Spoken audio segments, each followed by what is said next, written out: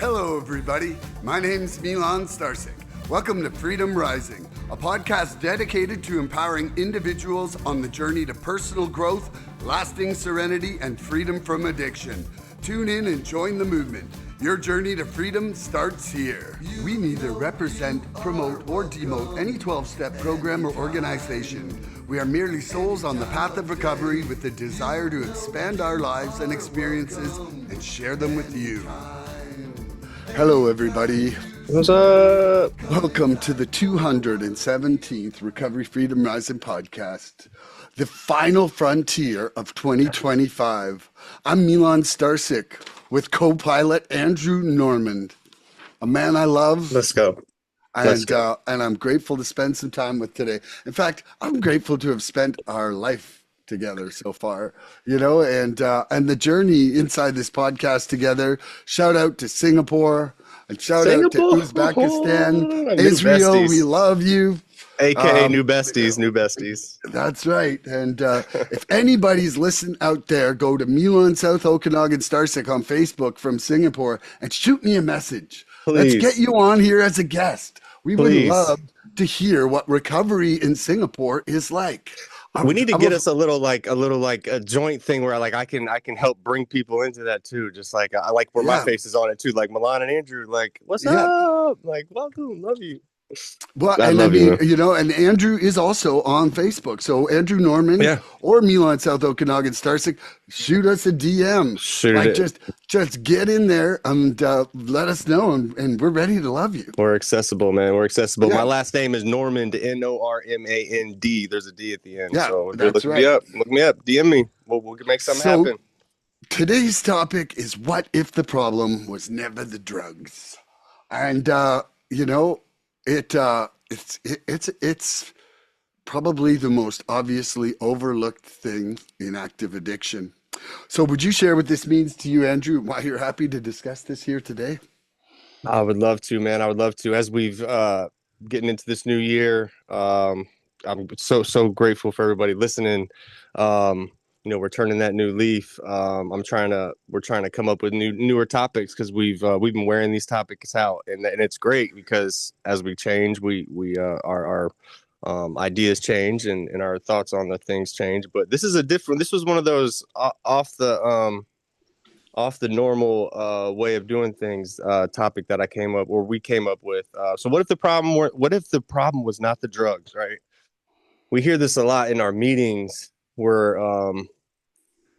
we talk about this, this is not like a drug improvement program. This is a program of surrender. You hear all that kind of big kind of stuff, but the problems really aren't the drugs, Milan. When I really start to think about this and I started breaking it down, it really just got glaring to me that the problems are not the drugs, right? A lot of times, for a long time, I thought literally I had a problem with a certain drug or two, and then it became two or three or four, right? As these drugs, for me, were stacking up. I thought that if I could just stop using, that everything in my life would fall into place, kind of magically, right? I thought if I took the drugs out of this life problem, that I was going to be better, right? No. Today, as I sit here clean, close to 4 years, right, with a little bit of time, a little bit of clarity in my life, a super, super badass relationship with a higher power who finally understands me, right? We talk about a God of our understanding, or, it was the God of my misunderstanding before I got here. And it is finally, Milan, the God who fully understands me, right? And with some honesty, right, I can finally say the drugs were not my core problem. They were actually the solution, right? So if you're listening to this podcast and you don't have a drug problem, you're one of those aliens we talk about. Like, we love you. Thank you for listening. But it's hard for us to explain to you that drugs were just a very, very, very simple, easy solution to us maintaining our survival in this world. Right. When it comes down to it, it's very, very, very, very simple when it comes down to that. Right. We didn't want to feel those feelings of death and all that major despair, depression, like all that shit that comes along with this disease, and the withdrawing symptoms when you stop, and can you stop without feeling like you're going to die? Like what's going on here? Right. And most of us don't have a lot of people pointing us in the right direction. But for me, drugs were the solution that absolutely stopped working to a certain point, right? Like I was using drugs to find a solution to my problem, right? We'll talk a lot about what those problems are today. I'm sure they'll come up in our discussion, but um, the solution that I was using was not a long term solution, right? Like using eventually ends in what do we learn here once we get in here and we start reading jails, institutions, or deaths? Like those three things sound terrible to me, right? Neither I've been to the first two. Don't want to even think about that third one. You've actually dipped your toe in the third one. Come on, like we um. The fact that you're sitting here right now and I'm sitting here right now means that those three are not an option for us, at least at this current point, right? And so tonight, as we kind of talk about this topic, right, what the idea would have meant for me before recovery, like what this whole thing means to be today is like, why am I unhappy? Like I used to ask me certain questions, like, why am I unhappy? Because I use, right? Why can't you function? Because I'm addicted. Like I had these couple things written down, like these simple answers to these questions, right? Before I came to narcotics, I was convinced I had a drug problem, bro. Like if I could stop using X, bro, that's all I needed to do. And that I think there's a lot of people that struggle in this program to get over the hump of that realization.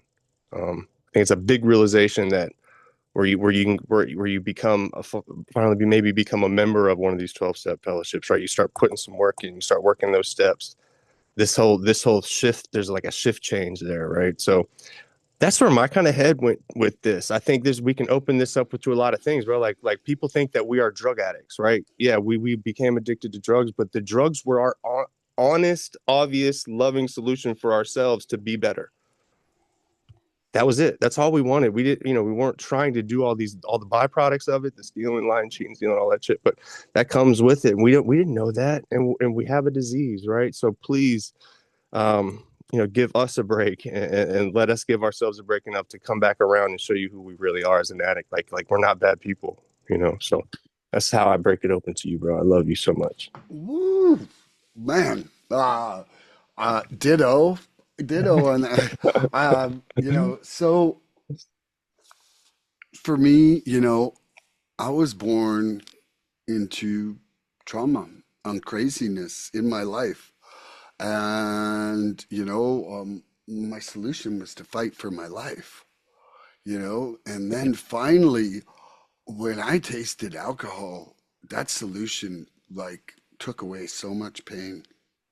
And then when I stepped into the world of alcohol and drugs, it was like, wow, not only pain, but like pain could be gone, but like an element of like joy and different positive sensations. Like, when you hear about euphoria in the first times of various drugs, there's no word that describe the power of that sensation.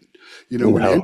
Andrew says that was our solution, it was the solution that morphed into the greatest problem. Like Yep.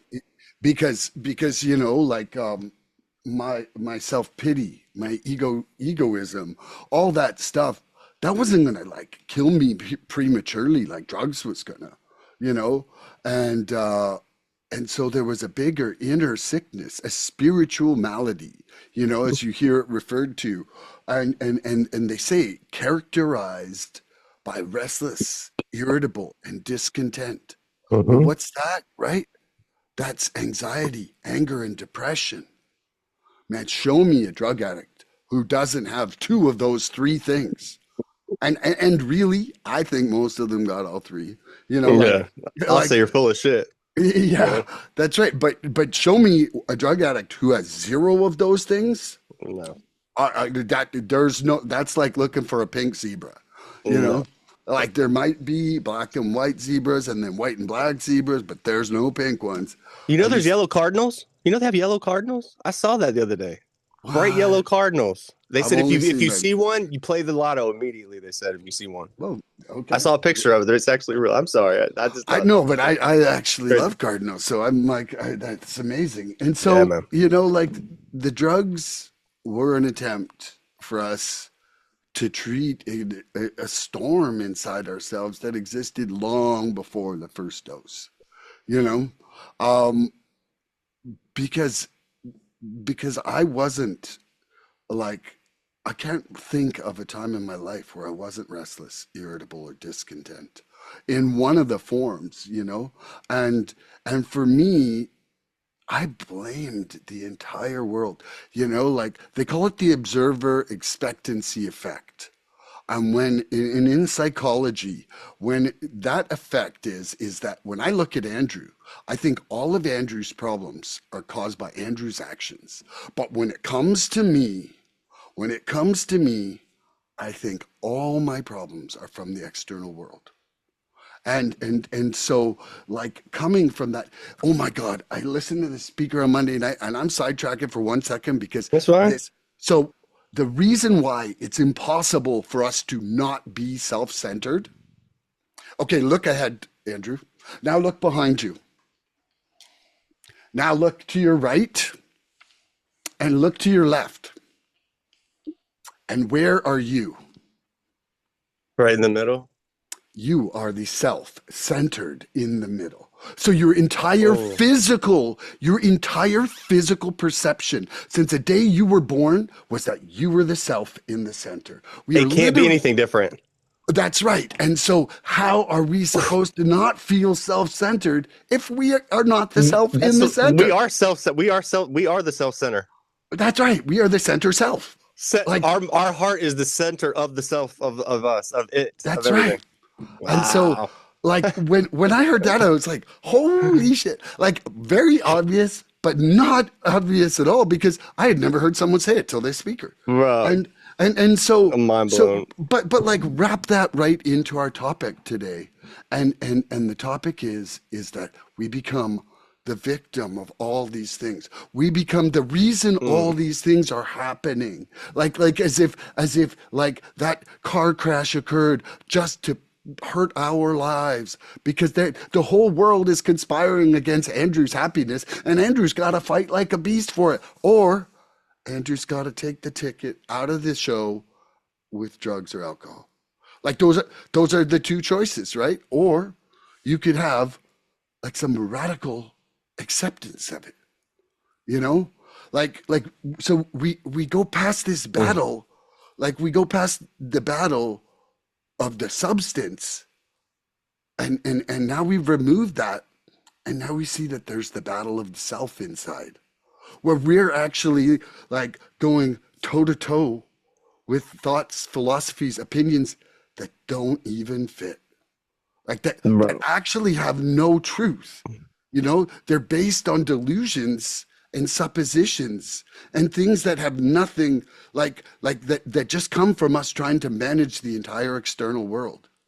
And when we straight enough to see how ludicrous that is, you know, I'm trying to find the mind blown emoji and I can't find it. yeah, I can't find it. but you know, so we take this Crazy, bro. like self fueled, like self hatred almost, like where it's like we're just, you know, like we become to the point like I became to a point of indifference of to whether I was going to live or die. Like I really did, and it was just like a fucking chance, like flipping a coin. Here we go. Am I going to live tonight or die? And that with loving completely gives us like this openness to humanity and understanding that was just never possible inside it. You know, we don't need to fix the whole world anymore because we realize that the only thing we can fix is ourself. And I'm going to end on one thing that this was Bro. something I read 3 days ago in my two-way prayer book. And it's this, is that love is our only vehicle for connection. And that connection that love enables is our connection to our higher power, to the entire universe in my circumstance, and that love is our connection to external people. And at any point you're feeling restless, irritable, or discontent, there's a lack of love preventing that disconnection, either to your higher power or as well to other people. But it is only through allowing love to connect us, that we can rid ourselves of this sickness. I don't even want to talk anymore, bro. I just want to. Can we go now? Like, I honestly, I'm at a loss for words to the point where I don't know if like this thing pumps us up to get in here and talk about this, but I'm a little bit I don't get really super mind blown very Dude, much. I had a couple epiphanies I just had to lay on you there. Bro, Like, I really need a. Can we take like a 5-minute break so I can let this sit in and we can come back and we can talk? Because I literally, I'm like, I started writing stuff down, but I couldn't write anything. Like, because I wanted to write everything because I'm having so many just kind of like things right now. I don't know what to do.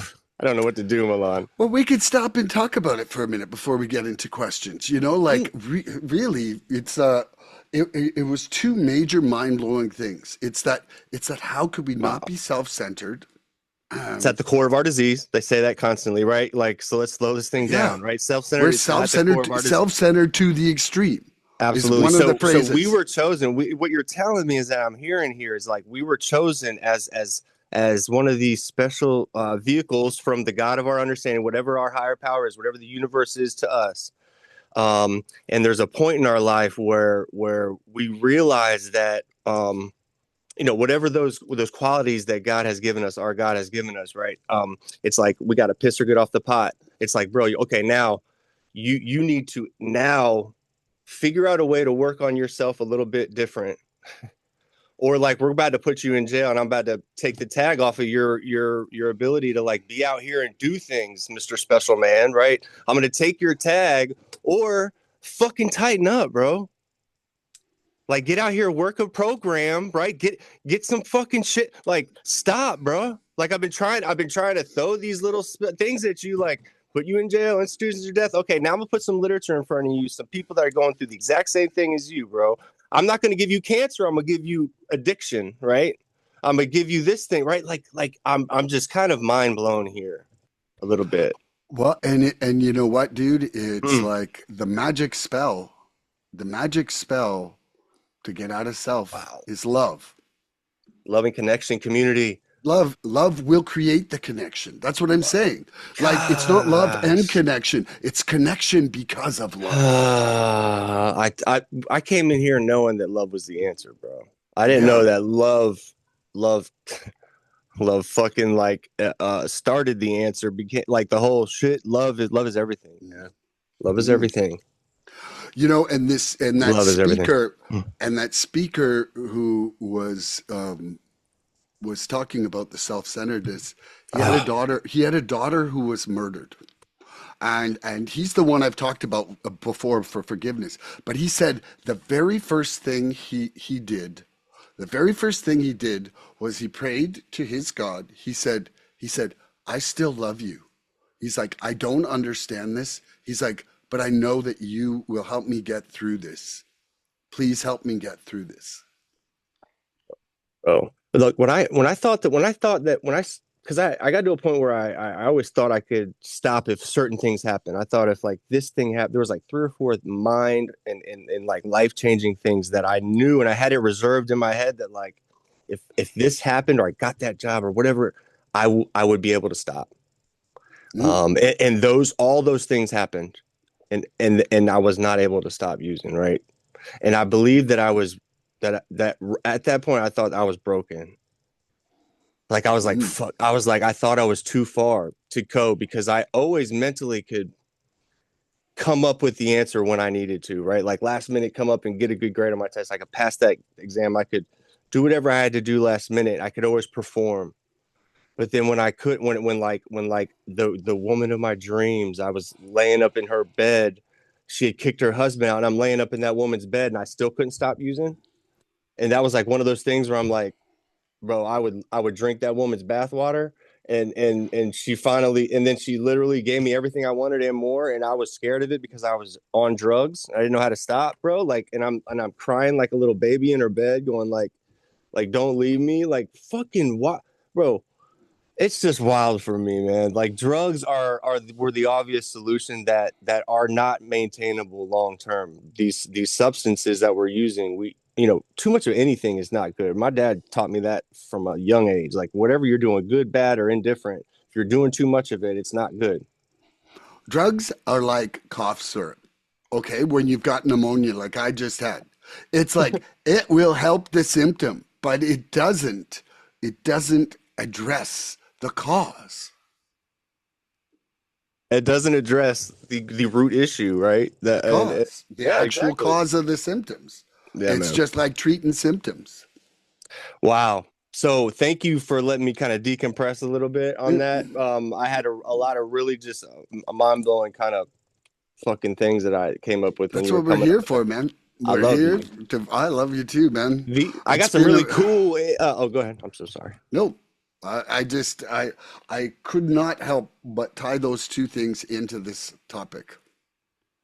I'm so mind blown right now, man. I can't wait to watch this over and do it again and be mind blown again. So, and I'm serious when I say that. And there's some really cool questions that stem from this topic too. I don't know if you were able to kind of gather that when you were coming up with Oh, questions. absolutely. Because I said to my wife today when we were walking the dogs, and I told her the topic, I said, this is like, this is something that is invisible to addicts in active addiction. Yeah, yeah, yeah, This yeah, topic is absolutely. like invisible. They're like, no fucking way, it's me. Yeah, yeah, yeah, absolutely. And Like then the even when we get delusions told, are yeah, just airtight. yep, yep, they are airtight because we have literally like that's how we've been surviving in all aspects, right? Is keeping those little areas airtight in our life. Like you can't get in there. Mhm. So, so Yeah. this is a good first one. So if drugs weren't the problem, what was I really trying to escape? Hold on. Woo. If drugs weren't the The problem, what problem. was What I? were you really Yeah. trying to escape? You know, from doing my step work, I'm really going to say first of all, I was escaping a lack of coping skills for a ton of things. Like whether it was for me how to cope with anger, how to cope with sadness, how to cope with fear. Like it was a lack of skills and tools to deal with life. And like my mom, bless her heart, it's like the most loving being I've ever met. But you know what? She had to work to take care of us. Like I got an hour and a half of mom and 14 hours of the insane rest of the world. You Yeah, know, and, yeah, and that rest of the world was not teaching me how to grow up to a well-adjusted feeling loved. Like and then the drugs really were like, I would say the drugs were treating the symptom of feeling a lack of love, you yeah, know, like yeah. and the world that I was growing up in was not like you walked into a group of guys and it was like, hey, I love you, John. Hey, I love you, Steve. Hey, I love you, Rick. Like it just wasn't that. It was like, okay, who am I having to fight this week? Like which friend is going to turn on me? And that quite frankly just kept me in a fight or flight mode for most of my entire youth. And then, like being a smart, small, hyper kid, most teachers resented me. So I wasn't getting love there. I can think of like two teachers. I can think of two Sit down and teachers. shut up, Milan. They literally would be like, stop putting your hand up. Because I would be Wow. so bored. I would be so bored. I would be trying to rush the classes. So Man, um, it was the substances were definitely treating the symptom of lack of worthiness, lack of love, lack of self-love, the whole gambit. And um it was definitely one of my only solutions of how to cope. Like I think of like when something really bad happened or I found out a relative died, I would just go and load up. I would load up on booze and drugs and it was go no, time. no. I think that answers it for me on that one. I love you.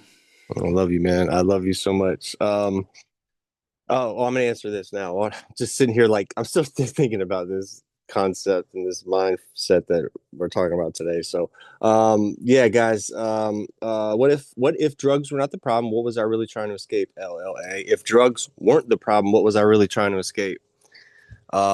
This is a cool one. If I so I try to be brutally honest. Let me be brutally honest. I wasn't trying to escape life. I was really trying to escape myself.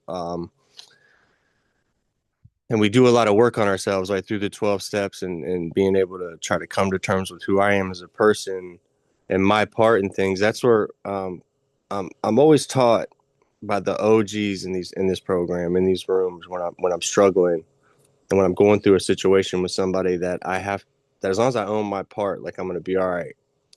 Um, but I was really, when I think about this question, I was trying to escape myself long even before I picked up a drug. I didn't feel comfortable in my own skin. Being alone in my own thoughts was a tough place for me. I didn't know how to really sit quietly without being restless or have things stack up in my brain, um, which turned out to be like turned to be like anxious feelings, feeling of like emptiness, and things like that. As a kid, I remember that. I'm doing some work on myself. I'm able to tap into those times in my life. Um, I just didn't quite fit in most areas. I felt right. There was just something that was a little off with me, for me. Like everyone else had been given kind of the manual for life. They had the easy manual, and I had like the one that had extra things to do every step of the way. Um, and that's where I think that all wraps into this idea of like self-centeredness is at the core of our disease. You know what I mean? It's one of those things that um, we have to try to remove ourselves as much as possible from every situation and stay out of, they talk about our will being not where we need to be, right? It's not about us anymore. If we can remove and take self-will out of it.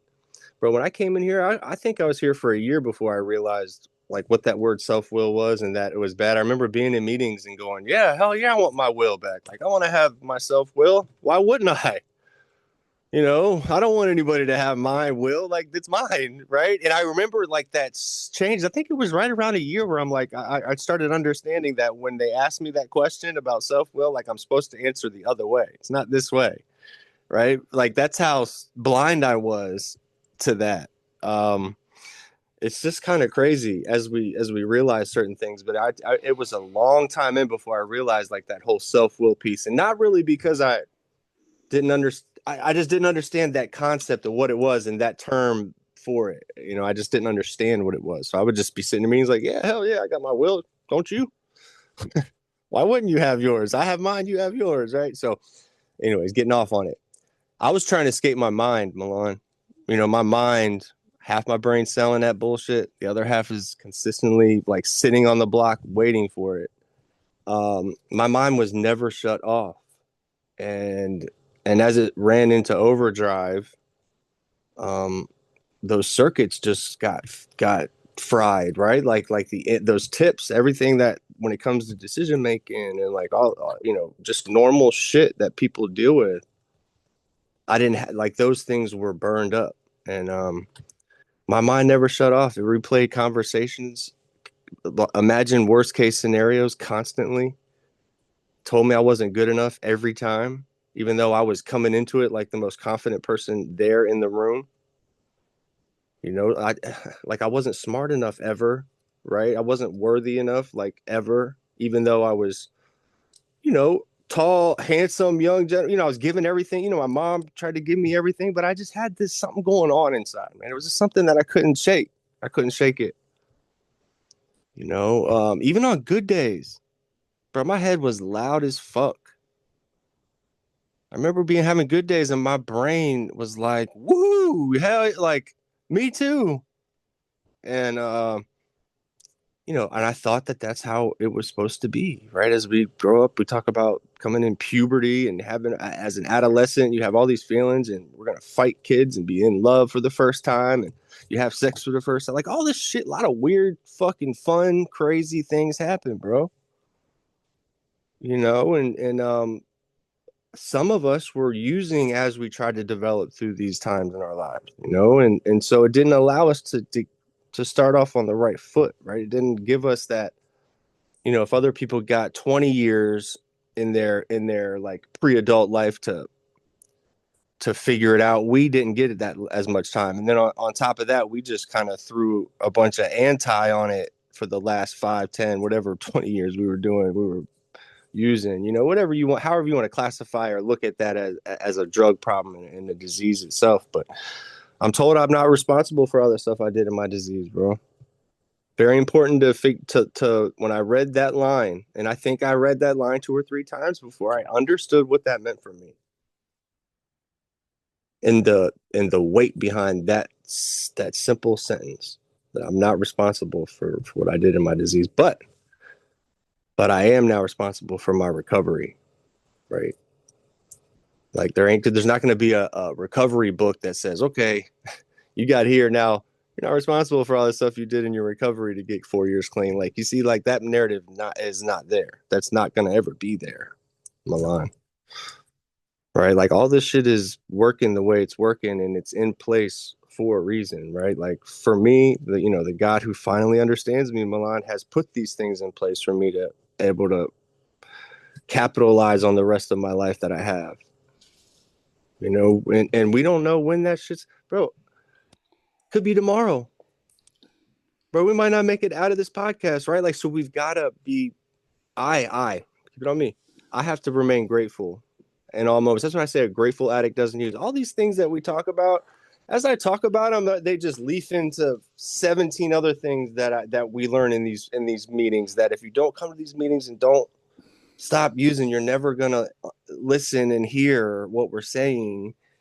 But like, it's so beautiful, bro. Like, I am responsible for my recovery now, and you're telling me in these books that I can work just as hard, if not harder, at my recovery as I did in my disease. If I do that, I'm gonna stay clean the rest of my life, hands down. And if I remain grateful, a grateful addict doesn't use.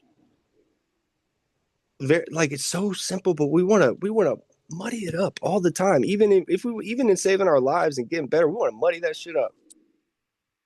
I love you. I'm done. I love you too. Fired up, Okay. man. This is a good topic. I'm super fired up, man. I'm like shaking over here, ready to talk some fire recovery, bro. Woo! Okay, well, I got a good one here. Oh, it's my question already. Oh, you better tame. You need to put me in a cage, bro. The NA Big Book speaks of a disease that affects our thinking long before we pick up.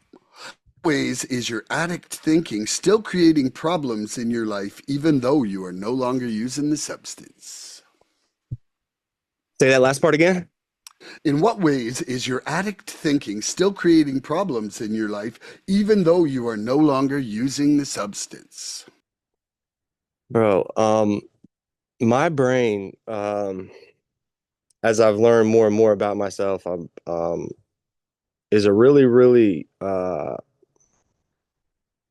weird place, man. It's a weird place. Um, Brandy and I were talking about this in one of the last podcasts. We're like, I think like this to myself a lot. Like, if y'all knew what I was thinking, y'all would never hang out with me.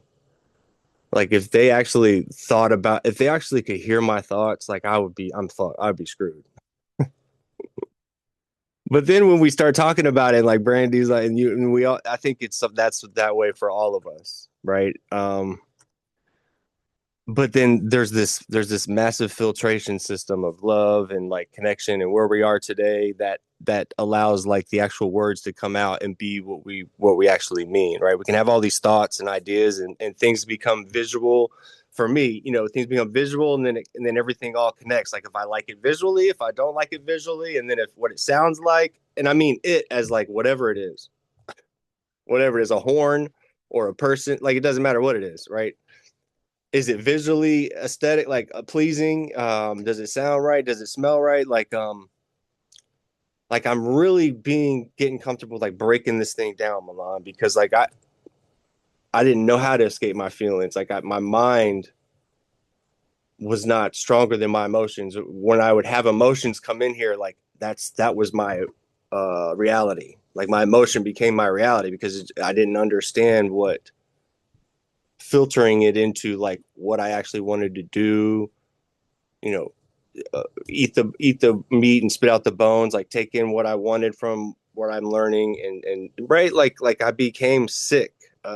And as I used more and more of these substances that were only breaking my body down and not allowing me to, like, eat, sleep, drink properly, like all this shit snowballs into like for me, I like my body just shut down. Like I literally, my body shut down, you know. And leading up to that, I was trying to escape this feeling of like inadequacy, right? Like I like of that, like I didn't feel enough. Even when I even when I was in a situation where I was enough, I didn't feel enough. And then with the drugs, I never felt like I used enough, right? Like it was always like this: I didn't have enough, didn't use enough, didn't have enough in reserve. You didn't love me enough, enough. And I think you were Sir Moore's more. so more's more, more friction. I was more friction, not less friction. I've been thinking about that all week. Less friction, mass friction. I was just thinking about friction all week. I don't even know why. I love it. But I didn't know how to feel anger without exploding. Right. My like when anger would come in this emotion, it was that would come out as this explosion because I didn't have a program I was using. Right. I didn't understand. My ability to cope and be a normal person were completely out the window, right? And that's where I think it's so important where we read those couple things like we're not responsible for all that shit. Let that shit go. Give yourself a break. Put that bat down. Pick up a feather, right? Like the fact that you're alive right now is such a miracle, right? The fact you're here and alive and in these rooms, like just sit down and give yourself a break, like breathe because we understand what it took to get you here, right? Like I'm just talking in hypotheticals for like a newcomer and coming into a meeting. Like that's how we feel, right? Like for that newcomer that comes in, it's like, oh my God, they're here. They got here. That we've been sitting here praying for you every day, 2 times a meeting to be here. Right. So like when a newcomer comes in here, that's why they're just the most important person in the room. We pick them, bitch. I've seen people get picked up on their shoulders and get walked around a room for coming back before. Literally. And it's just why it's kind of wild, bro. And what are we doing? We're just not using, and we're wanting to get a little bit better. And then as an addict, and we're all magical motherfuckers, as Brandy says. When we start feeling all these spiritual principles, this love and all this shit that we've been lacked thereof for our whole lives, most of us, that's when it gets really fun, right? Are you with me, Milan? Like that? Because we start going, bro, I love you. I love you too. Why? Because it's great and it feels good, and that's what I'm told I'm supposed to do. And if I love you, you love me. Like, and it feels good. Let's just roll with it. Like, it's eerily, like, crazily. It just fucking works, bro. It's wild how it works. If you're in a spot to be able to feel it and embrace that. So, I love you. I love you. I think I didn't say anything that I wanted to say because my mind is just crazy blown right now. I thought that that was well put, actually. But Thank you. yeah, we'll do a checklist later. I love The you. NA Big Book speaks of a disease that affects our thinking long before we pick up. In what ways is my addict thinking still creating problems in my life, even though I'm no longer using the substance? It's about love and connection, and I'm going to keep rolling back to that because my mind has been on that ever since I read that thing the other day. And like when we think we're unlovable, you know, that's still pride fighting inside of us. That feeling of being the worst of the worst, unforgivable, unlovable, unforgivable, like just like somebody that can't get past their pain because our pain's the worst because of whatever. It's pride. It is still ego in the way, and the only solution is love. And like for me, what ways is my addict thinking still creating problems? Like when Andrew was talking about wanting more, like it's never enough, right? Like that feeling is partly like it's partly the addict mind, but it's also the consumerism that we're dipped in from the second we're born. You need to buy this in order to be better. You need to have this in order to be loved. You like the only way you can express love is by spending money, Andrew. Quickly Yep. go spend money on love. When Yep. it's like, no, I could like go for a free walk, look over at the sky, Pray. feel love. That love radiates out of me, and You know, like love is free. Love is free. Freedom's not free, but love is You free. know, Freedom's yeah, not free, but love is free. it's true. And you know, the, for me, you know, my addict thinking still creates problems in my life through my anger, through me wanting more in relationships and not feeling that the other people are doing it. So there's a lack of acceptance. There's a lack of love that's breaking that connection between me and others. You know, when I am unable to relieve myself of my shortcomings and instead of relying on my higher power, instead of loving my higher power for what it's doing in my life, I'm disconnecting by having a resentment towards myself. Like that lack of love breaks the connection. Every single point that we're restless, irritable, or discontent or having problems in our life, we're breaking that connection of love And it cell. costs us love. It costs us our love. It costs We're us love. breaking, it doesn't cost us love. Love, the Breaks. lack of love is the resulting cost. Mm, it's heartbreaking. Well, it is heartbreaking, but you Like know, how you see how but I it's did that? also changeable. Yes, I did. It's literally breaking the connection of the hearts. But you know, because love is the universal language of the heart, Sizzle and pan. yes, is a pan. And so, you know, for me right now, I'm looking at ways that I'm breaking that connection inside my life, and I'm trying to address them. Even if I'm only addressing some of them right now through awareness, it's definitely all I can manifest at this time.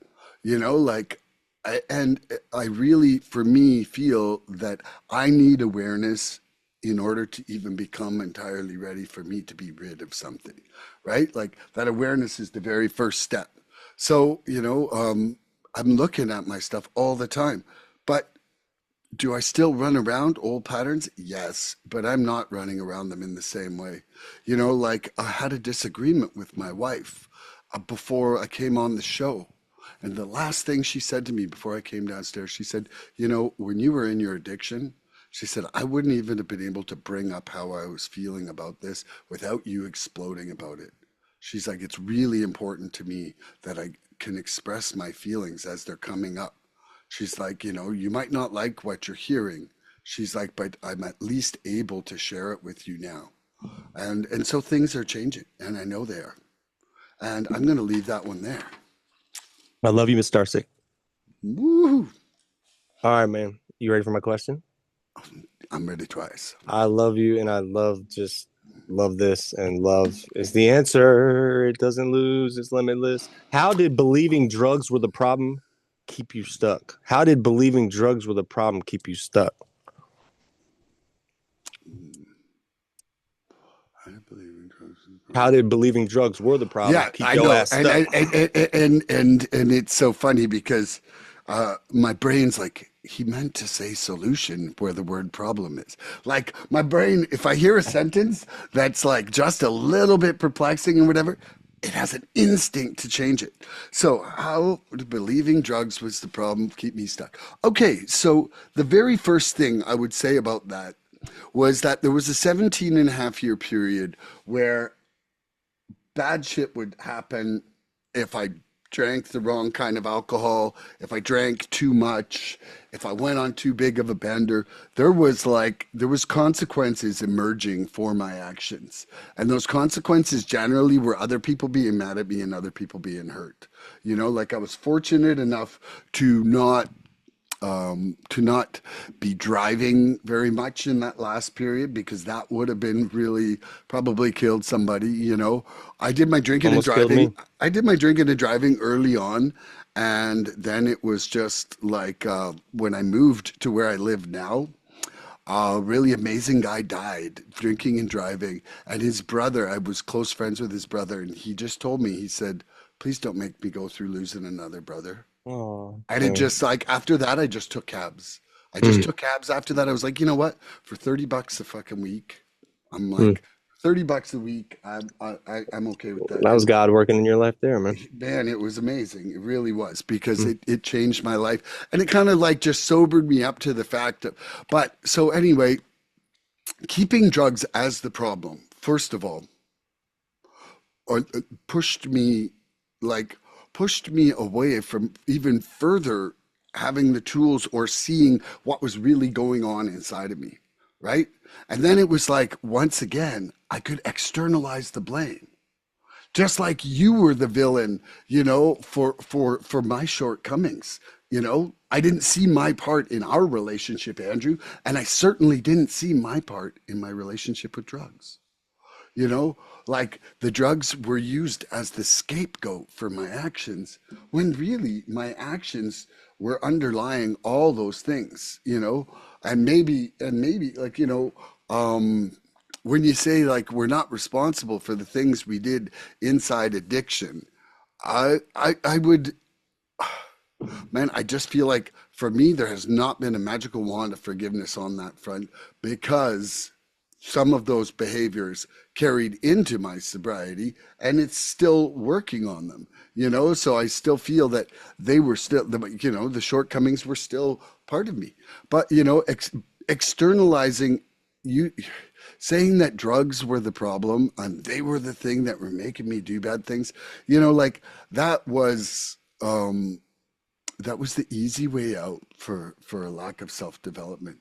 And so what it did was it just prolonged me from ever actually finding a solution, because the the the relief from the drugs or alcohol near the end became very short-lived and rarely a solution.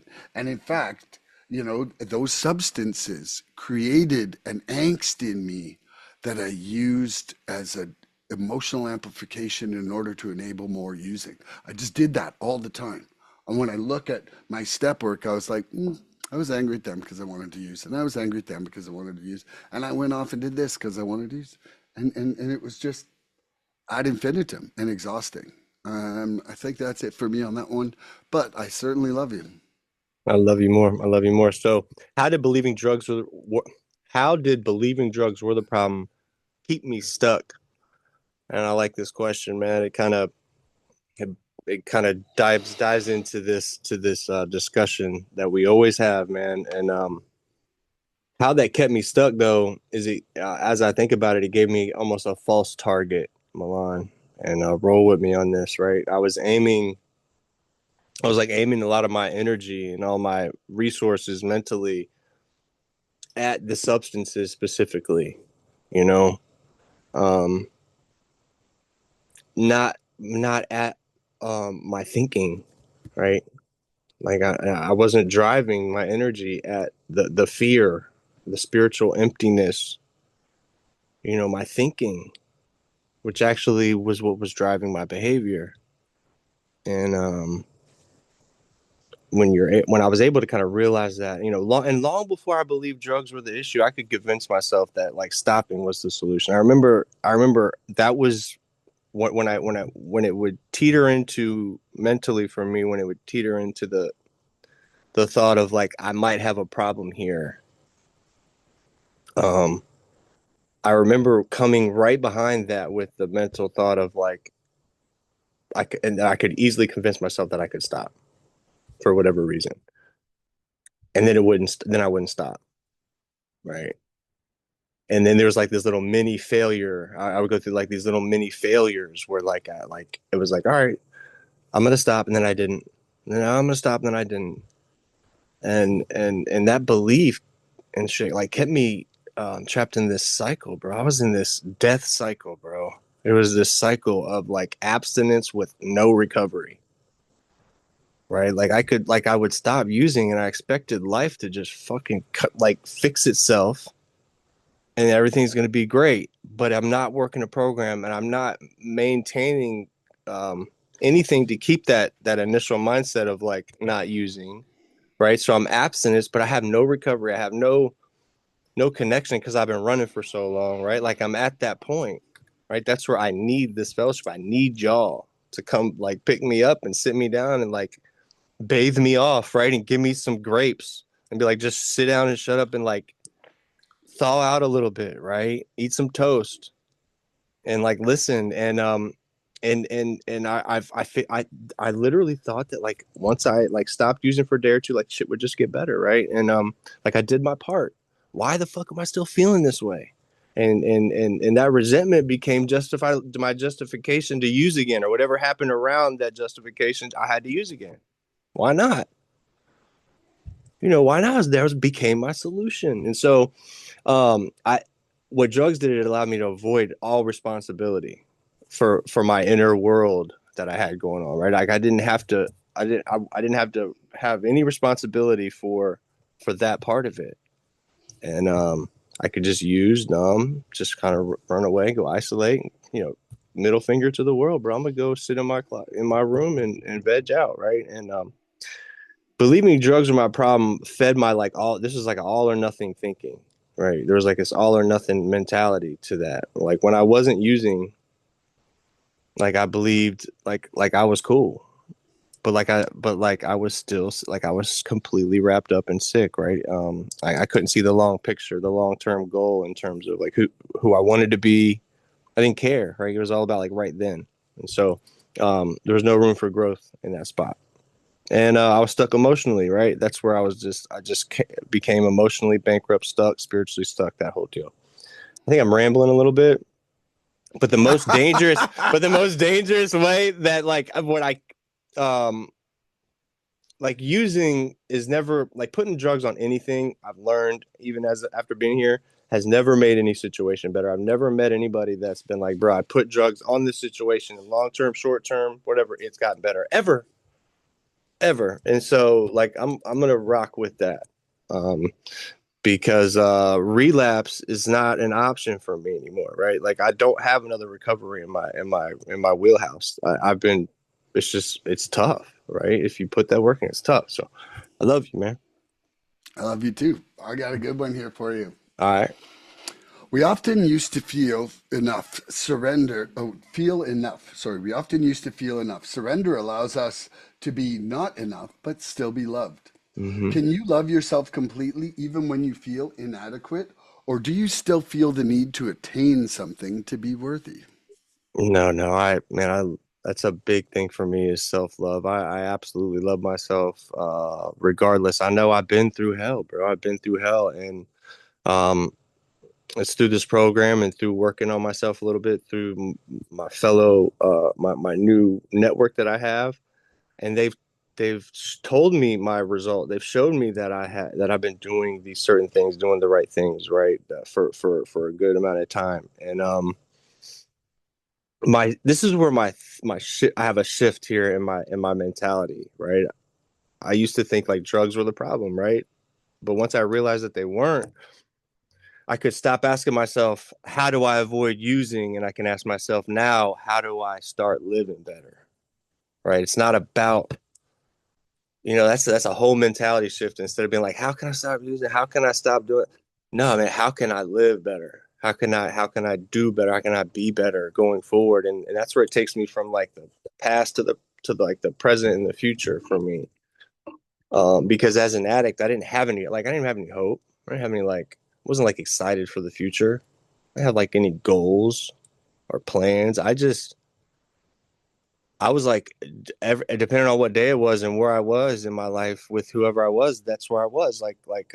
It didn't really matter what was going to be happening down the road or what I've done to you before. And that's where I think we just push everybody. For me, that's where I was just pushing everybody away in my life that I had. Like the few people that still did love me, that were holding on to me, like I eventually wore them out.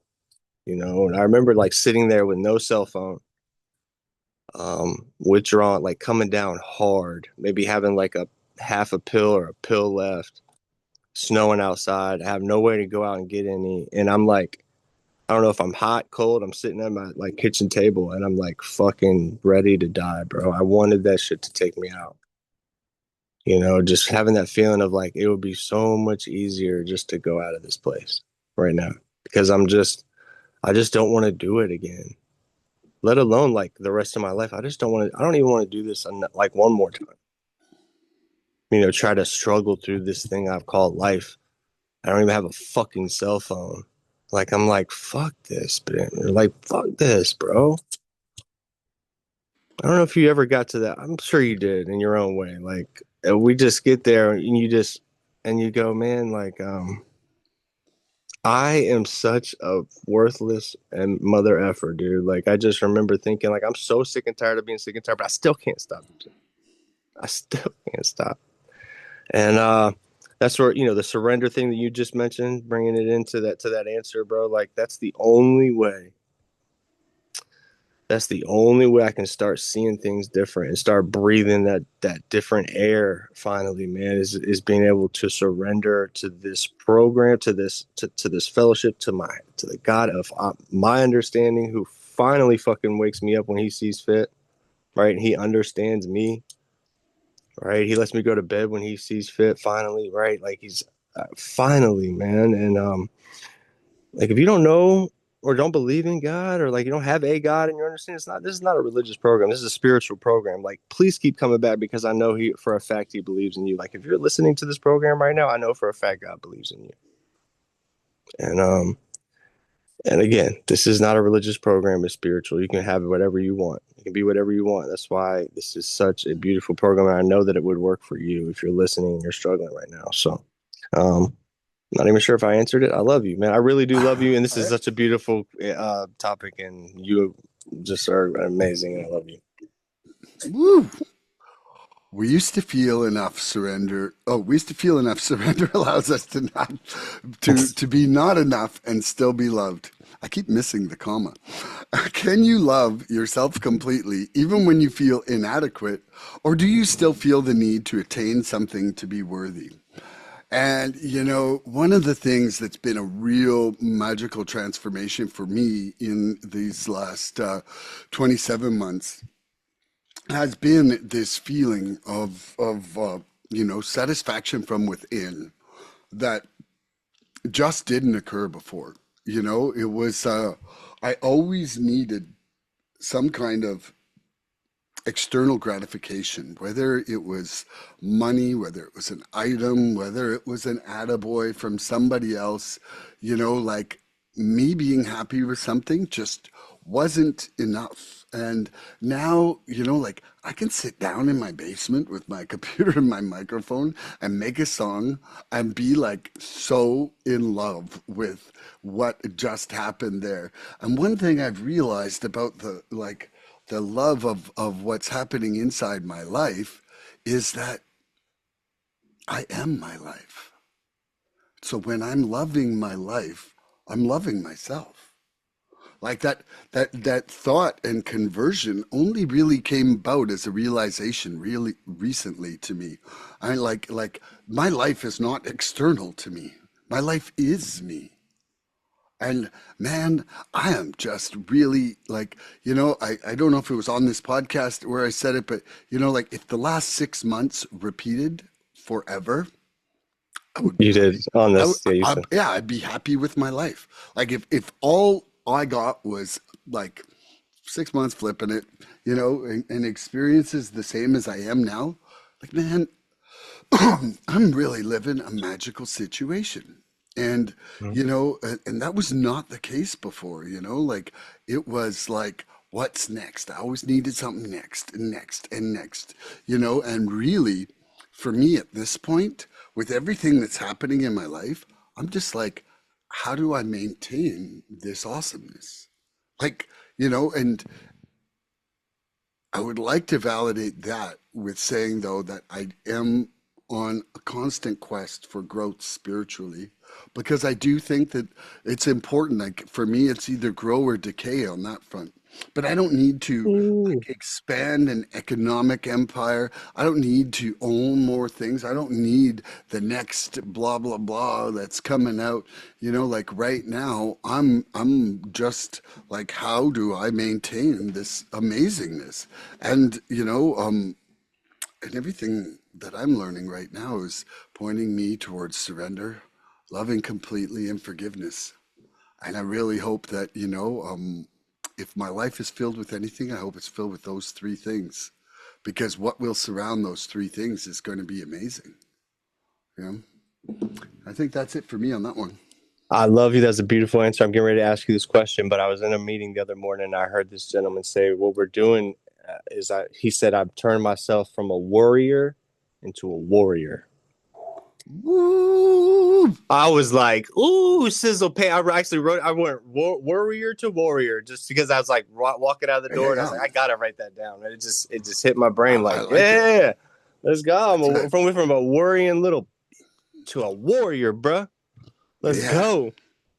Kings and queens. We are kings and queens up in this biatch, man. All right, cool. What has what has changed? What changed when you realized, Milan, the problem was internal? What changed when you realized the problem was internal?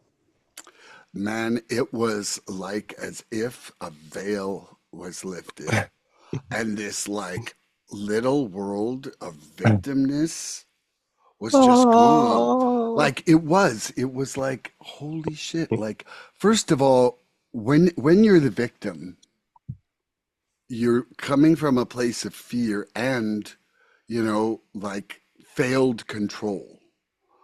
So your life feels really out of control to you. But when you lift that veil and see that it's a problem inside yourself, I now have a chance. I now have a chance to get better. I now have a chance to change. I am not the victim and I am not trapped. Like, I felt really trapped.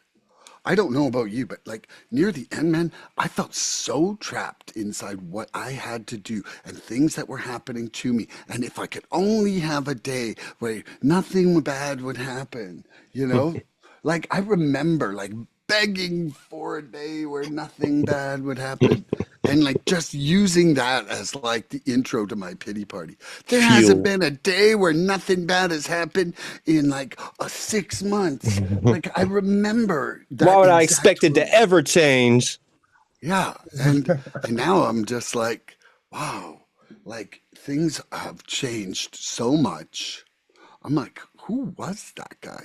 Like I am just, I always say it, but I'm so grateful that I didn't die without finding the solution. Mm, I'm yeah. so grateful that that wasn't the end of Milan's story with like no turning point of understanding, no growth, no nothing. Mm, Like, how sad that would have been to me to have been existing there, or to have only mm, existed, mm. So I think I kind of answered your question, and I think I Hell kind yeah. of went into outer But space. hell yeah, but that'd be so sad if because they say it's a 1 in 300 trillion chance. The odds are like that we are born, like we actually become a human, like born on this world. So like imagine throwing away that miracle of you being born, that 1 in 400 trillion chance, just to let it go and not realize who the real motherfucking magical musical ass badass Milan is. Come on, man. Mm, yeah, This world would be so dull. yeah. I love you, man. I love you too. Is it my question to ask you or me asking myself? I think it's me Uh, asking myself. Me I asking think it myself. is you asking yourself. Yeah. What changed when I realized the problem was internal? Hashtag LLA. Well, so what changed when I realized the problem was internal? Um, Great question. When I finally realized the problem was internal, that was a real shift for me at that point. For the first time in my life, bro, I stopped looking outside of myself for the cause of my pain, and I finally was able to kind of look in the mirror and look at myself and look at who is causing all these problems. And it happened gradually, as I listened, to other addicts talk about how they were doing it and how where they were. And it's really just taking it all in. You're not going to hear this one person that guides you through everything. You're just going to hear little bits and pieces of each part, like and I hope you can understand if you're listening, like as you sit in these meetings, you hear the readings, you'll hear certain people will read certain things that will just hit with you a little bit better than others. And then as people share, or people conduct themselves in a meeting or whatever it is, you're going to start hearing little bits and pieces that are attractive to you. Right. And that's what it did for me. Like I would, at first it wasn't a lot that was attractive for me, but as I kept coming, more and more of that became attractive and it felt like it was attainable for me. Right, Milan. And so that's where they're like, just like keep coming back, again, just don't pick it up, right? Like come back tomorrow, like just make sure you just keep coming back and don't use, right? So it's like the most important thing. Um, but the first thing that really shifted was like my willingness, because before that realization for me, I wanted relief without doing any of the work, and once I was able to understand that problem was internal, right, I became willing to do the work at that point.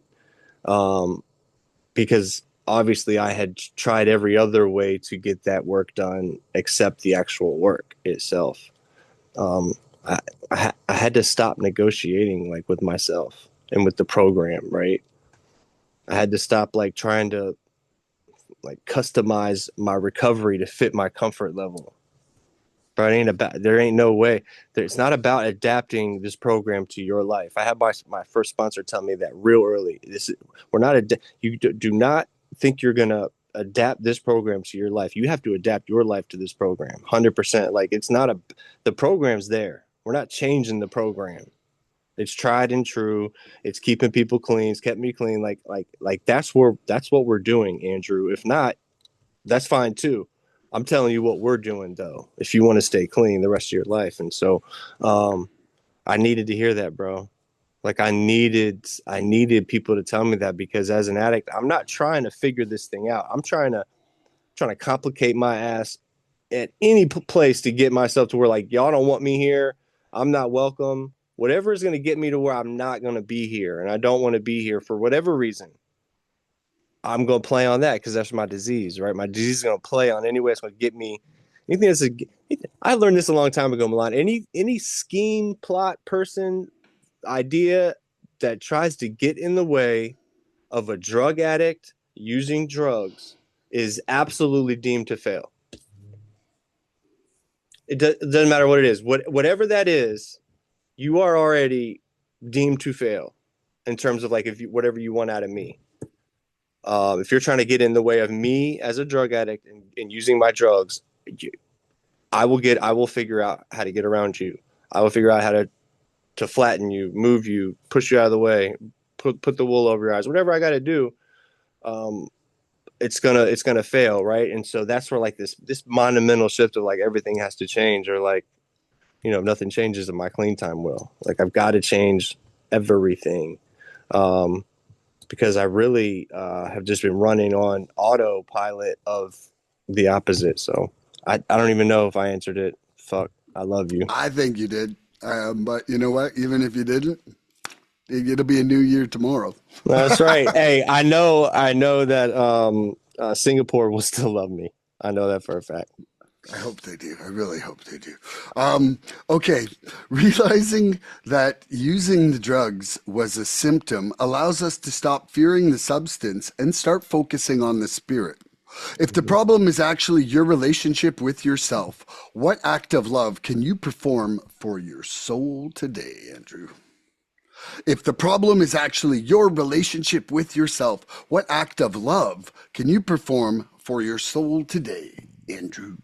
Um, I can just stop expecting that like the world's gonna fix itself, so I can be a little more proactive in loving for myself. That will translate for love to me, right? My relationship with responsibility, that word itself has changed. Um, I'm now able to stop waiting for circumstances to improve how I started to come into the situation. I've learned control, right? Control is a problem with me. Having to control the outcomes and the issues. Like if I don't know I'm going to win something, or I don't know the outcome is going to be what I want it to be, I usually don't even get involved. That's my old way of thinking. I would just write it off, and now I'm able to like lean into those things and feel fear. Um, I forgot what the question is, but it's more about emotional growth, right? For me, today as I work on myself, my emotions suck. My emotions are the worst. And so now my mind has become a little bit stronger than those emotions. I kind of reference that a lot, bro, because my emotions used to have full reign on everything. Now I finally have a mind that can run a little bit of security on those emotions, to the point where I can actually grow today. I love you. That was such a generic, stupid answer. I love that. But That you was definitely awesome. forgot the question, I and I did. That loved was it. awesome. Yep. That was awesome. Realizing that using the drugs was a symptom allows us to stop fearing the substance and start focusing on the spirit. If the problem is actually my relationship with myself, what act of love can I perform for my soul today? Oh, And, first thing I want to say is probably the greatest gift I can give my soul to change is going to be service. Like service is the turnaround point of where if we're really doing service, we're not thinking about ourselves. Um, Another one is forgiveness for myself and for others. Like clean that slate before it becomes paperwork. Because what don't we like, Andrew? paperwork We don't want no sucks. paperwork. We're starting a Nah. new year, man. We've Oh given all the no. papers to the accountant. Get that shit Yeah. out of here, man. And another act of love that I can do for myself is surrender, is just let it go. You know, Other things that I feel like that really benefit my day is prayer, like the two-way prayer, but regular prayer, gratitudes. Like these are things that feed my soul good food. It's like I spent a bunch of Christmas days eating chocolate, and Andrew can testify to that from the last podcast. In fact, he True. was a bit jelly belly because he was That like, "Give me was some." I went that wild. I was. felt so gross after that. Oh my God. But the thing is that all these things, like service, forgiveness, surrender, prayer, gratitudes, exercise, sleeping, like all these things are showing myself that I love myself. Why? Because I love myself enough not to stay disconnected. I love myself enough not to be killing myself unnecessarily. I love myself because I want to reconnect to everything. And not even reconnect, man. Like, I am not sure I ever felt connected. Like, reconnection would imply that I was like some sort of connected being as a child. And I just don't, even if I was as an infant, I don't remember it. I don't.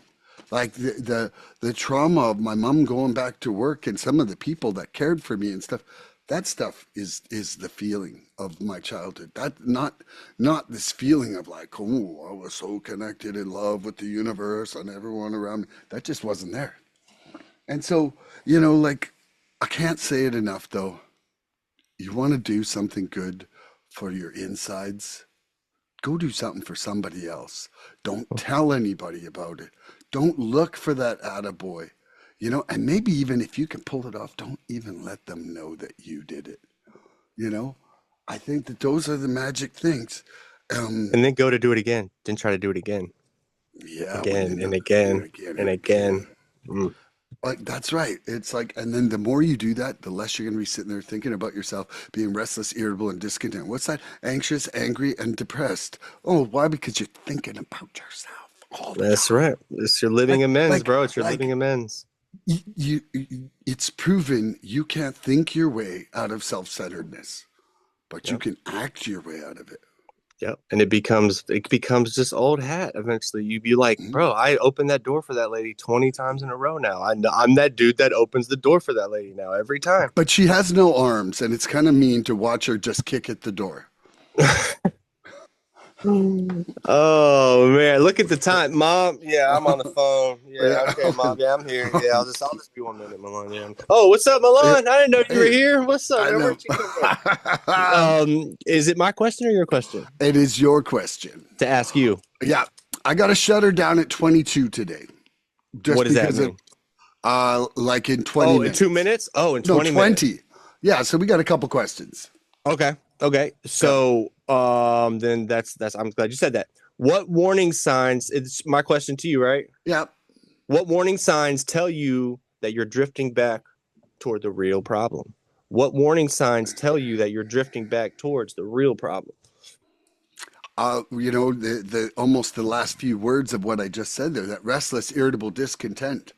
Like I start feeling anxious now. I'm like, whoa, because I'm not living in now. Like I'm like, whoa, what's happening here? Like I back it up and I look and I'm like, what is my preference? What is my motives? Like these are all things that show me I'm getting off a track. You know, if I stay up too late and don't sleep enough, man, it just pushes me away from the solution. I have a really hard time finding solutions through fatigue. Like it's almost impossible for me to. So what do? Is I minimize my day those days and I just try to get myself to somewhere that I can rest as early as possible in that day. And that's okay to me. Like I don't think it's a weakness to know when I should stop punishing the people around me.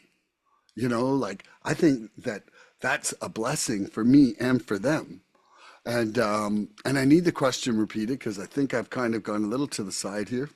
Yep. What warning signs tell you that you're drifting back towards the real Yeah, problem? yeah. So anger, anxiety, um, lack of satisfaction, that discontent, you know, and also when I actually think for a moment, like, why is this all happening to me? Like, if that phrase gets into my head, I know. I know Pity now. party. Like the second I say that, there's like this little parrot. It's right here. It's right here. And it's like, Like what are pecks you? at you like, bro, what the fuck are you doing? What do you? And I'm like, whoa! I don't Bro, want a bald spot there. you know who you are today? Boop, boop, boop. Who Yeah, no, it's like, mother, well, tell, You're keeping a record of wrongs. Back it up. You have this record and it's so wrong. I know my yeah, beat don't feel good right now on the back of your head. yeah. So, you know, like, fortunately, those warning signs are somewhat like my intuition, my conscience, or just, bred by experience of the freedom that I feel when I'm not doing them. You know, like when it says absence makes the heart grow fonder, not for shit like anger, anxiety, and fear. Like, I'll tell you that right now. It doesn't. Not one bit for me. You a damn lie, not about anger and all that shit. It's funny. Like I'm actually happier without those three things, and I don't miss them. But the ego side of me misses them sometimes, and I can Oh tell yeah. by the way it pulls them in when it starts to get the driver's seat. Yeah, pride And I boy. think that's what I got for that. But I love you. Beautiful. I love you more. I love you more. What warning signs tell me I'm drifting back toward the real problem? And hashtag not Tokyo drift. We ain't talking driving here. You know what I'm saying? We're talking about drifting. I was stupid. So how am I living? So it starts with how I'm living and how I'm relating to myself and others, right? And one of the first signs that I know I'm out of whack is like I start isolating. That's kind of like that slow roll of like isolation in small aspects and areas of my life that become glaring once I'm able to see it. But and it's not always like physical isolation either. It can be at meetings or not at meetings. Like it can be like just emotional isolation and stop maybe like sharing honestly in meetings and stuff like that. Like I'll become reclusive in meetings. Not very much. It's hard to like I don't stay there much, and if I am, like people are like, bro, what in the hell is wrong with you? You better like come out here and show your face. Like what's going on with you? You know, because I'm like the hype beast in our meetings, man. I'm the hype beast. I'm everybody's. I'm the love doctor, bro. Like I'm just spreading that love. If you don't know what it is, I'm throwing so much on you that you're just in a blanket of it until we leave, right? And so when I start getting like really irritable, because I can get irritable too and impatient. Um, Again, that's where I have my program and my shit around me that allows me to check my shit at the door. I got a daily inventory that I can really kind of filter through how I did today and how I want to do tomorrow. How I want to arrive and show up to the party tomorrow. Um, Resentment for me is a big red flag when I start getting those, and I get these like many serious resentments, and then I can kind of filter through them throughout the day, and it's like things that don't affect me. Like I got to ask myself, you know, does it need to be said? Does it need to be said right now? I forget what that little thing is, but I'll ask myself in a microcosm of something along those lines, then I think there's a layer of it of like, who is this person in relation to me? Have I ever even seen them before? Am I ever going to see them again? Why am I putting so much stock into my mental on this? That's helped me out a lot, because if I've never even seen that person before, bro, what are you doing? And it's like, what are you even doing at all, interacting or trying to interact or help that situation? You don't even know that person. You'll never see that person again in your life. They don't care you from an ant on the ground, right? So that's where I gotta like take that whole mental out of like the people pleasing or like trying to help the situation, whatever it is in that case. Um, I got to stay out of that controlling lane. I got to stop with my controlling mindset. I got to let people be who they are, where they are. I got to let God, in terms of me too, I got to stop controlling my own will as well. I got to give that shit up, man. I got to turn that shit over. I was better at it about 6 months ago. I got to get back into turning that shit over again. You know, I'm just, it's been like I've been more focused on other things. That said, that's why we're doing this. That's why we're doing this, because we become what we believe. What we're talking about here is what we're doing. It's what we're actually working on. And so I know it's going to be something I'm going to start working on again starting today, because I'm talking about it. I love you. Love that. Are you ready for a question? Born. Okay, so you've got a choice of A or B. B. B. Ooh, okay. Okay, You the thought I was going to living. say A. I usually say A because my name starts with A. I Should I I go was A? almost Should I certain go you're. A? No, no, no, But no, you no, said no. living clean. You're There's about no to say living clean. repixies. Okay. Living Clean emphasizes My that the favorite journey book. is about how we live, not just what we don't take. Are you Mm-hmm. investing as much energy into your spiritual practice as you did into your active addiction? Yes, yes, yes, yes. Because skipping spiritual maintenance is a quiet, but it's very, very serious warning sign that something's wrong with me. You know, when prayer becomes rushed or let's say non-existent, right? That's a problem. You know, because I pray with my girl every morning and every night, and in between I'm doing my own thing on prayer. But like I do a lot of praying. So when that becomes rushed or something that's forced or a job, I got to back up. When gratitude is forced, you know, I've got to rethink things. You know, I've got to understand where I'm at, and I got to find some balance. That's where I got to really, really come into this balance thing, because I can get off track if I'm not balanced. Um, when gratitude feels forced, when meetings feel optional instead of essential, I've got to back up and look at that. Um, I'm not too busy. I'm not disconnected when I'm thinking about that way. It's just I got to bring some balance from the other parts of my life in there. And disconnection is a real problem for me in those spots. Like if I get disconnected there, like I could find myself 3 or 4 days without talking to somebody that I really need to be talking to. Yeah, I can be in meetings talking all that in general, but if I'm not talking to my people, you know, like you, my sponsor, my good people about proactive solutions to problems, because we have problems every day, bro. I very rarely wake up in the morning, shit roses, and not have an issue at all throughout the day. Like that's not how it works. We're people, we're flawed, nobody's perfect. Even if we are a really good person in whatever we're doing, other people aren't going to take it as that's the way they wanted it done, right? So there's just going to be issues that pop up into our lives, right? If we're out there being a person in society. So that's where we have to be able to deal with them properly, or at least to where like people aren't going to say that's illegal and that we don't like you, we want to throw you in jail, or you're crazy, or whatever it is, right? I'm getting off on it, Milan. Save me.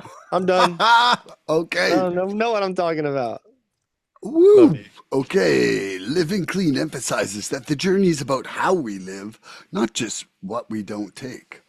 Am I investing as much energy into my spiritual practice as I once did into my active addiction? You know, I want to say yes. I like basically what I have is a daily reprieve contingent on the maintenance of my spiritual condition. Mm-hmm. And for me, this has saved my life. This has brought me serenity, love, joy, freedom, contentment into my life. Like from the moment I get up, I start doing my program. Like I get up and I'm like, right away into gratitudes. You know, while my first tea is boiling, I'm on to gratitudes. I'm on to messages of love to the brothers and sisters inside the program that I connect with. I'm into my readings. I'm into my two-way prayer. I'm into my exercise. I'm into making sure my dogs are taken care of as part of How's my Chancho? exercise. How's Chancho? He's better now. He's well, not 100%, but he's better. Don't feed a dog that much turkey. Moral of the He was story. turkeyed out, huh? Well, and he got onto the coffee table, and there was a plate of desserts, and I think he might have ate something chocolatey. I honestly, but Sneaky little guy. and then like my day is filled. Like right at this point, I have four sponsees. I've kind of edged back up off of Yeah, three, you and I better. was, what? I better let someone die? Like no, Nah, no. no. And then I go to my I love meetings you. and I chair my meetings and I'm doing these podcasts. But like even my sleep is part of my program these days. Yeah. And Yeah. and that definitely that definitely wasn't part of my addiction. No. Like my life is shaped around maintaining this reprieve. And not only that, is that I love it. Like I absolutely love it all day long. Like I'm never like, man, I really hate that freedom I gained today. Man, man, that It love I felt sucks. between Andrew and me, man, it's kind of pushing me away. Oh, so gricky. It's icky, gross. I know, like, Feel so man, uncomfortable right like what now. when I experienced joy at our first seeing each other back on God, it this was podcast, so uncomfortable. or like all of the growth that's happened from this podcast, I'm It's resenting it. overrated. Like, so, Overrated. yeah. Come on, And man. so, like, I just want to say that, I feel like being at the new year, you know, um, it is a good time to really realize the new life that we're living, Um, my biggest New Year's resolution is to maintain my program. Like and to just continue on this path. You know, I really hope that I really hope that this coming year is one that I experience that serenity, contentment, joy, freedom, love. And why? Because it's precious and priceless to me now. As are you, my friend. And, I feel so lucky to have found my purpose, my tribe, my universe, and I'm going to leave that there for me today. But, I'd Yeah, like that's you to beautiful. close her up. That's beautiful. Just close her down. We don't have any questions, right? Just close her down, No, right? yeah, yeah, I Okay. just, So look, man, I just coming in out of this year, it's been a tough year. It's been a beautiful year though, right? It's been a year of obvious ups and downs, but overall, being able to remain tough and grateful and know that I've been able to add another layer of surrender to this deal for me this year. Tom Smith, I love you so much, man. What was it? The Great Resurrendering of March 2025 you know it.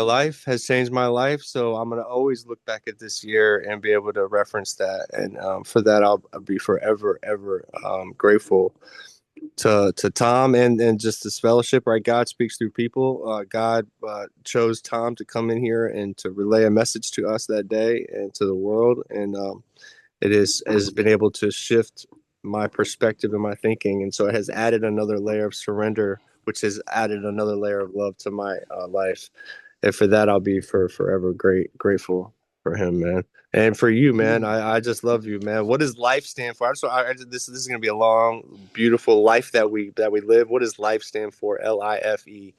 Love is for everyone. What does it also stand for? Ooh. Living in full experience. What does it also stand for? Learning is for eternity. So go out with this, man. Love is for everyone. Live life and love somebody today, because that is what life is all about, is love, right? And I'll go out with this. We are in this program doing what most people could never think about. We're taking our lives and we're becoming we're turning ourselves up from warriors into warriors, son. Let's go into the new year. We got to become warriors. So love you, Tune man. in next episode Love you for guys. another year Love you, of amazing recovery Happy New fun. Year. Stay safe Thank tonight. you, everybody. Please Help help us, us, help others. We love If you you. like what you've Stay. seen here today, please subscribe and share this podcast and help us get to 100 followers. We're looking for interaction with our audience. So please email recoveryfreedomrising@gmail.com or contact Milan South Okanagan Starcic on Facebook with questions, topic suggestions, or just comments. We'd love to hear from you.